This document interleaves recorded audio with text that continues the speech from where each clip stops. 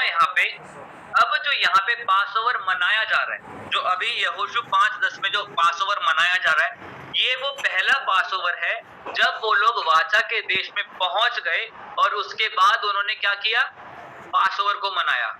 कहाँ मनाया? जो गिलगाल जगह थी, मतलब जिस जगह पे प्रभु उनको लेके जाना चाह रहा था, उसकी जो एंट्रेंस थी, जिसको गिलगाल कहते हैं, वहां पे जाके उन्होंने यरीहो के पास, यरीहो की जो दीवार थी उसके पास उन्होंने पास ओवर को या फसह के पर्व को मनाया। अब यहाँ थोड़ा सा पीछे आइए तो यहाँ पे हम देखते हैं कि अब 40 साल बीत चुके हैं, ऑलरेडी वो 40 फसह के पर्व मना चुके हैं। ठीक है, जो जनरेशन या जो पीढ़ी को परमेश्वर ने वहां से निकाला था, उनमें से आधी से ज्यादा जनरेशन खत्म हो चुकी है, क्योंकि 40 साल बहुत लंबा समय होता है, छोटा समय नहीं होता। तो जो बूढ़े लोग वहां से निकले थे या जो थोड़े एजेड लोग थे, अब वो लोग वहां पे नहीं रहे, अब एक नई जनरेशन वहां पे आ चुकी है। ठीक है, और जो मूसा था, मूसा भी वहां पे नहीं रहा। मूसा को दूर से ही परमेश्वर ने दिखा दिया था कि इस जगह पे जाके तेरे को क्या कहते हैं, तुझे इस जगह को मैं दूंगा, तेरे लोगों को इस जगह पे मैं बसाऊंगा, लेकिन तू वहां पे नहीं जाने पाएगा, मैं तुझको यहीं पे सुला दूंगा, तेरी मिट्टी इसी पहाड़ पे दी जाएगी और तू उस जगह पे नहीं जा पाएगा। ठीक है, मूसा ने क्वेश्चन किया नहीं किया इसके बारे में बाइबल कुछ नहीं बताती। ठीक है जी, कि मूसा ने बोला प्रभु क्यों मैं नहीं पहुंच पाऊंगा, ये वो, ऐसा बाइबल कुछ नहीं बताती यहाँ पे। ठीक है, परमेश्वर ने बोला कि मैं तुझे यही मिट्टी दे दूंगा, तू वहां नहीं जाने पाएगा, उसके अलावा कुछ भी बात नहीं लिखी गई। तो मूसा वहां पे मर गया। जब मूसा की मृत्यु हुई तो महीना चल रहा था 7 आदार का महीना, और डेट तो खैर ऐसी मेंशन नहीं है, लेकिन आदार के महीने में, मतलब साल के 7वें महीने में मूसा वहां पे मर चुका था। मूसा को मिट्टी दे दी गई थी, मूसा वहां पे नहीं पहुंचा। लेकिन 8वें या 9वें महीने में जो लोग हैं वो लोग वहां पे पहुंच चुके थे, मतलब उस जगह पे जहां परमेश्वर ने उनको प्रॉमिस लैंड जो दिया था, वहां पे अब ये लोग पहुंच चुके हैं। और वहां जाके इनका पहला पास ओवर आया है, पहले महीने का 14वां दिन जब आया तो ये लोग बहुत खुश थे कि अब हम अपनी जगह पे, अब तक तो हम सफर के अंदर इस पास ओवर को मना रहे थे, लेकिन अब हम अपनी जगह पे, अपने स्वयं के देश में जाके जो प्रभु ने हमारे लिए रखा है, वहां जाके इस बसा के पर्व को मनाएंगे। तो देखिए कितनी खुशी की बात है कि परमेश्वर ने एक कौम को निकाला और 40 साल तक उनको बराबर से संभालते लेकर आया। प्रभु ने किसी भी चीज की कोई कमी नहीं होने दी, कोई घटी नहीं होने दी। मैं समझता हूँ इन 40 सालों में जितने मिरेकल्स उन लोगों ने देखे होंगे, आज तक उतने बड़े मिरेकल्स नहीं हुए होंगे। जब वो लोग वहां से निकले तो लाल समुद्र को 2 भाग कर दिया परमेश्वर ने, उससे बड़ा चमत्कार मैं नहीं समझता कि आज तक कोई हुआ है। इतने बड़े समंदर को 2 भाग कर देना बहुत बड़ी बात है। ठीक है, ना केवल समंदर 2 भाग हुआ, बल्कि उसके अंदर के जो मिट्टी थी वो भी सूख गई और वो सूखे सूखे वहां पे पहुंच गए। पीछे जो फिरौन की सेना आ रही थी, परमेश्वर ने उस पानी को बंद कर दिया और फिरौन की सेना वहीं पे खत्म हो गई। ठीक है, ये बड़ा आश्चर्यकरम। तीसरा बड़ा आश्चर्यकरम कि परमेश्वर जो था उनके साथ साथ चलता था। सुबह के टाइम बादल का खंबा, रात के टाइम आग का खंबा। ठीक है जी, कितना बड़ा चमत्कार कि वो लोग उसको फिजिकली देख पा रहे हैं कि हमारे साथ प्रभु चल रहा है। दिन के समय में वो छांव के रूप में हमारी अगुवाई कर रहा है, और रात के समय में आग बन के, मतलब हमें गर्मी देने के लिए वो हमारा प्रोविजन करता जा रहा है। चौथी सबसे बड़ी बात, डेली सुबह मन्ना स्वर्ग से गिरता था। पता है आपको, जानते हो ना, मन्ना स्वर्ग से गिरता था, वो भी डेली 40 साल तक रेगुलर मन्ना गिरता था वहां पे। क्या आपने कभी अपनी जिंदगी में मन्ना गिरते हुए देखा है? आपने कभी स्वर्गीय रोटी खाई है? हमारे को अगर बोलो स्वर्गीय रोटी खाई है, तो हम जब बाइबल पढ़ते तो वही हमारे लिए रोटी है ना, वही हमारा पोषण है, वही हमारा न्यूट्रिशन है जो भी है। ठीक है, लेकिन वो लोग प्रभु के साथ साथ चलते थे, प्रभु का दिया हुआ खाना खाते थे। ठीक है, और जब मूसा उस पर्वत पे जाता था, ठीक है, सिय्योन पर्वत पे जाता था, तो पर्वत शेक करता था। पर्वत के ऊपर आग सी दिखती थी और लोग समझ जाते थे कि वहां प्रभु और मूसा बात कर रहे हैं। क्या आपने अपनी पूरी लाइफ टाइम में कभी किसी ऐसे शख्स को देखा है कि जो पर्वत पे गया और पूरा पर्वत हिल गया? वहां आप प्रभु को फिजिकली देख पा रहे हो कि हाँ, वहां प्रभु का आत्मा काम कर रहा है। कभी देखा है आप लोगों ने? मैंने नहीं देखा अभी। ठीक है कि ऐसे आग का खंबा आया, मन्ना गिर रहा है ऊपर से, नहीं देखा। लेकिन वहां पे सबसे बड़े अचंभे के काम उन लोगों के बीच में हुए, लेकिन फिर भी बहुत से लोग अपना मन नहीं फिरा पाए। ठीक है ना? इस बात को जानते हो? जब प्रभु ने उनको वहां से निकाला तो बहुत से लोगों ने कंप्लेंट करी कि हम लोग तो वहीं अच्छे थे। पहला पासओवर मनाने के बाद वो लोग कह रहे हम तो वहीं अच्छे थे, हमें तो वहां का जीरा, वहां का खीरा बहुत याद आ रहा है। हम गुलामी में थे, कोई दिक्कत नहीं, लेकिन हमें वहां खीरा और वो सब तो मिल रहा था। यहाँ क्या है? यहाँ तो कुछ भी नहीं मिल रहा। तो प्रभु वहां पे सोचता होगा कि मैंने तुम्हारे लिए इतना कुछ कर दिया, इतना बड़ा प्लान बना दिया, तुमको पूरी एक कंट्री देने जा रहा हूँ जहाँ पे दूध और शहद की नदियां बहती हैं, तुम अभी भी इसी चीज में फंसे हुए हो। और जितने लोग उन चीजों में फंसे हुए थे, उतनों में से एक भी शख्स उस प्रॉमिस लैंड को नहीं पहुंच पाया। वो पूरी की पूरी जनरेशन ही खत्म हो गई, और जो वहां पे पहुंची प्रॉमिस लैंड में, वो एक नई जनरेशन। क्यों? क्योंकि परमेश्वर जो है वो जनरेशंस का परमेश्वर है। अगर तुम प्रभु के खिलाफ बोलोगे, सॉरी, टिकट कटवाने के लिए आप खुद तैयार बैठे हो, फिर कुछ नहीं होगा, आपकी टिकट कट जाएगी। लेकिन जो आपके बाद आने वाली जनरेशन होगी, वो वहां पे पहुंच पाएगी। समझ पा रहे हो?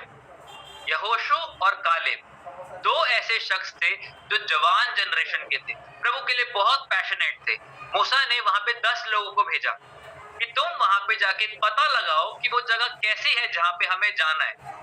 10 में से 8 लोगों ने बोला कि वहां तो बहुत बड़े बड़े लोग रहते हैं, वो तो हमें कुचल डालेंगे, हम तो उनके सामने टिक भी नहीं पाएंगे। लेकिन सिर्फ यहोशू और कालेब दो ऐसे व्यक्ति थे जिन्होंने बोला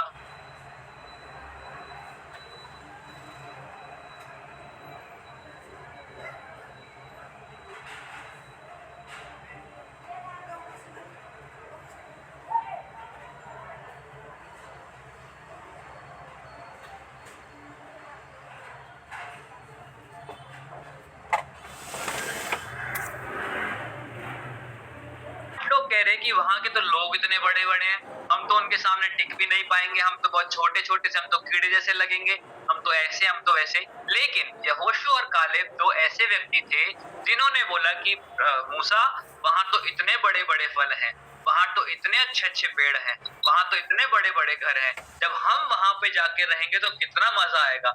वहां पे जाके रहने की बात ही कुछ अलग हो जाएगी। हम तो इतना आराम से रहेंगे, हम तो इतने मजे से रहेंगे वहां पे कि किसी भी चीज की हमें दिक्कत नहीं होने पाएगी। और यही चीज परमेश्वर को पसंद आई कि तुम्हारा नजरिया किस तरीके का है प्रभु की चीजों को देखने का। ठीक है, अब हम थोड़ा सा अपने टॉपिक से बाहर जा रहे हैं, लेकिन मैं समझता हूं इस चीज को बताना बहुत जरूरी है कि आजकल की मसीह जिंदगी का जो नजरिया है वो बहुत ज्यादा अलग हो चुका है। प्रभु जब हमें निकाल के लेकर आता है किसी चीज में से, तो हम बहुत खुश होते हैं। प्रभु तूने बहुत अच्छा किया, बहुत अच्छा किया, ये किया, वो किया, प्रभु तेरा बहुत धन्यवाद। कुछ समय के लिए हम बहुत खुश होते हैं कि प्रभु तेरी बहुत महिमा हो, तेरी बड़ाई करते हैं, तेरी स्तुति करते हैं, तूने हमारे लिए ये किया, वो किया, बहुत अच्छी बात। लेकिन जब कोई चीज हमारे सामने ऐसी आती है जिसका सामना हम लोग नहीं कर पाते, तो हम कुड़कुड़ाने लगते हैं। हम अपने नजरिए को बिल्कुल ही चेंज कर लेते हैं। प्रभु तू क्या हमें मारने के लिए लेकर आया था? प्रभु तूने इतना बड़ा काम कर दिया, तूने तो फंसा दिया हमें यहाँ पे लेकर आके, तूने तो ये कर दिया प्रभु, तूने तो वो कर दिया प्रभु। तो बहुत सारी बातें हम अपनी जिंदगी में ऐसी लेकर आते हैं जो हमारे लिए सही नहीं है। जब प्रभु ने हमें वहां से निकाला है तो बेशक प्रभु का एक प्लान है हमारे लिए। विदाउट प्लानिंग हमारी जिंदगी में कुछ भी नहीं हो रहा। ठीक है, एक खास प्लान को लेके प्रभु हमारी जिंदगी में चल रहा है। ठीक है, और जब वो अपने प्लान को पूरा करने के लिए कुछ टेस्टिंग को लेकर आता है, तो हमारा नजरिया बिल्कुल ही प्रभु से अलग हो जाता है। जब परमेश्वर ने उन लोगों को वहां से निकाला, लोग बहुत खुश थे, हम लोग निकल गए, हम लोग ये कर रहे, वो कर रहे, इतने बड़े चमत्कार देख लिए, सब हो गया, बहुत अच्छा हो गया।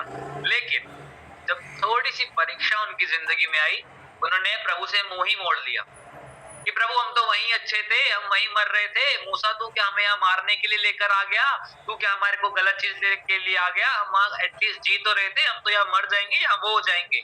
लेकिन जब प्रभु हमारी जिंदगी में एक छोटे से टेस्ट को लेकर आता है, तो टेस्ट के साथ एक बड़े लेवल को भी लेकर आता है। जब 10 लोगों को भेजा गया, उनमें से 8 नेगेटिव रिपोर्ट दे रहे थे, लेकिन 2 लोग ऐसे थे जो पॉजिटिव रिपोर्ट दे रहे थे कि मूसा वो जगह बहुत अच्छी है, वहाँ इतने बड़े बड़े सेब हैं, वहाँ इतने बड़े बड़े केले हैं, वहाँ इतने बड़े बड़े अमरूद हैं, हम उन्हें खाएंगे तो वाह भाई मजा आ जाएगा हमें तो। अरे परमेश्वर हमारे साथ है, हम उनका सामना तो ऐसे ही कर लेंगे, हमें कोई जरूरत नहीं है किसी की, बस परमेश्वर हमारे साथ है तो हम सब कुछ कर सकते हैं। जब जब आप अपने नजरिए को बदलोगे परमेश्वर की ओर, तब तब आप अपनी जिंदगी में परमेश्वर के बड़े हाथ को देखने पाओगे।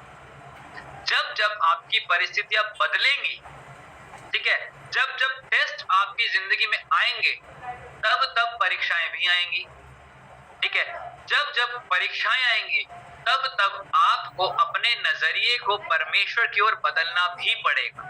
क्योंकि जब आप अपने नजरिए को परमेश्वर की ओर बदलेंगे, तब वो समा होगा कि आपकी जिंदगी में प्रभु गवाही को बना के खड़ा करें।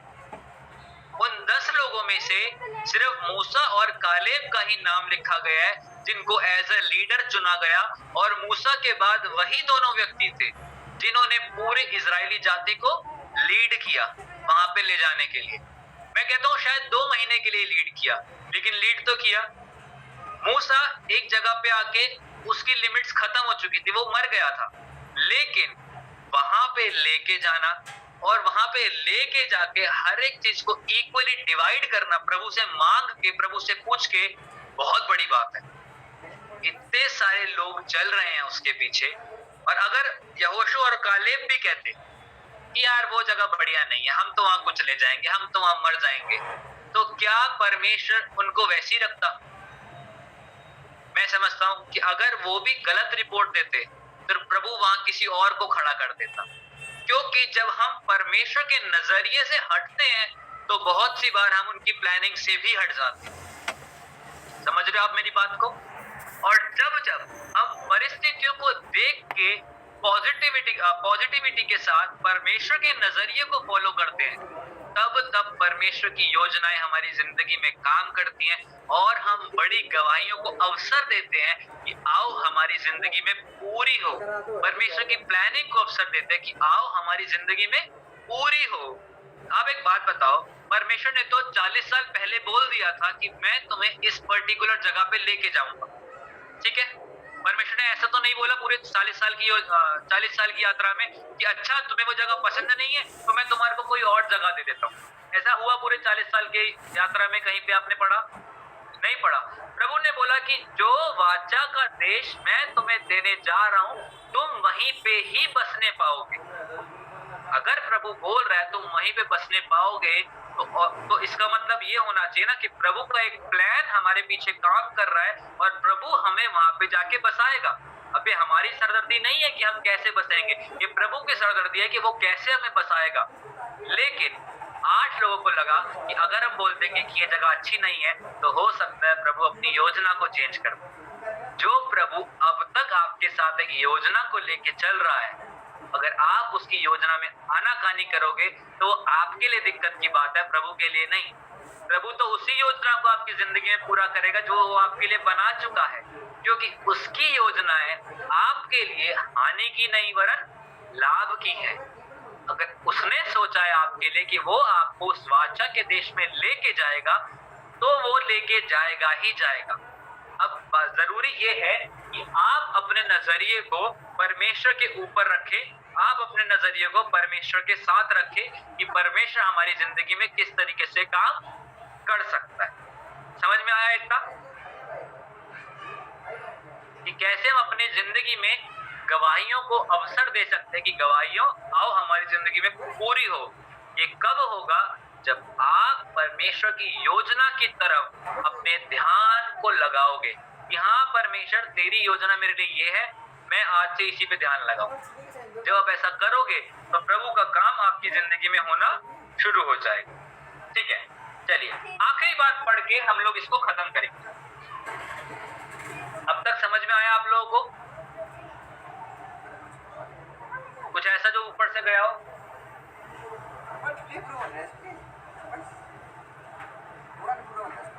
ठीक है। पास्टर जी, यीशु मसीह जो चेलों के साथ जो फसह मना रहे थे, कुछ बातें करते, वो कौन सा वाला था? यही एनिवर्सरी चल रही है, वो अभी भी मनाते हैं वहां पे। अगर आप इजराइल में जाओ तो अभी भी फीस्ट ऑफ पासओवर मनाया जाता है। ठीक है, वहां के लोग, बहुत सारे ऐसे डिनोमिनेशन हैं जो सोचते हैं कि अभी तक मसीहा आया नहीं है, अभी मसीहा का आना बाकी है। वो मसीहा आएगा, हमारे लिए जान देगा और वो फिर से बच्चे के रूप में आएगा। वो बड़ा होगा, हमारे लिए जान देगा और हम बचाए जाएंगे। लेकिन एक बात को भूल गए कि मसीहा आ चुका है। अब वो दोबारा जरूर आएगा, लेकिन बच्चे के रूप में नहीं आएगा। अब वो राजा के रूप में आएगा और हमें अपने साथ लेने आएगा। आमीन। और अगर हम तैयार हैं तो हम उसकी दुल्हन बन के जाएंगे। और दुल्हन भी ऐसे वैसी नहीं, पूरा अच्छे से मेकअप किया हुआ दुल्हन, बहुत सुंदर दुल्हन बन के हम लोग जाएंगे, मैं विश्वास करता हूं। आमीन। ठीक है, चलिए तो आखिरी बात हम लोग पढ़ते हैं। ठीक है, हर चीज के पीछे, जैसा मैं आपको पहले बहुत टाइम से बताता आ रहा हूं, हर चीज के पीछे एक शैडो है, एक छवि है। इस चीज की, यीशु मसीह की। फसह के पीछे भी यीशु मसीह की एक शैडो है, एक परछाई है कि यीशु मसीह आके क्या काम करने वाला है। ठीक है जी। हमारे परमेश्वर की एक बहुत अच्छी बात है कि परमेश्वर बहुत सॉवरेन गॉड है, मतलब वो बहुत दयालु परमेश्वर, हमसे बहुत प्यार करने वाला परमेश्वर। और फसह के पर्व के साथ प्रभु ने एक प्लान को बनाया जिसको कहते हैं रिडम्पशन प्लान। ठीक है जी।